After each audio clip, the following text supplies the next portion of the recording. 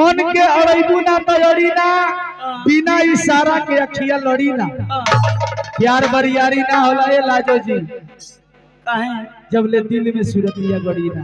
ये तो सही बात कर रहे प्यार ऐसा चीज हो का रहला हो ये प्यार में कितना लोग पागल हो गए लोग कितना जानी छत पर से कूद जाते हैं। बाकी हम तो के का कहते हैं राजा जी हां कहता रू आज रही काल चल जाए।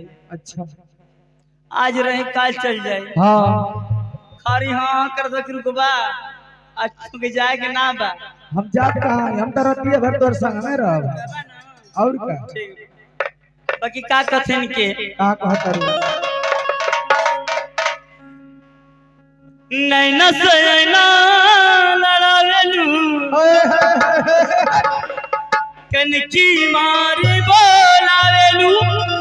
अच्छा अरे नैना से नैना लड़ावेलू कनकी मारी बोलावेलू कनकी मारी बोलावेलू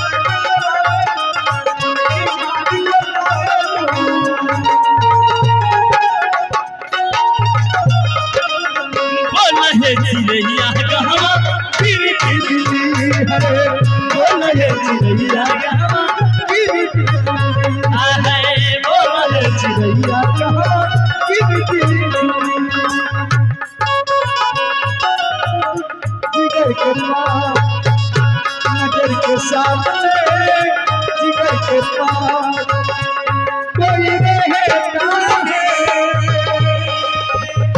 वो तुम नजर के सामने जिगर के पास नजर के सामने जिगर के पास बोलो ये चिड़ैया कहाँ गिरी है।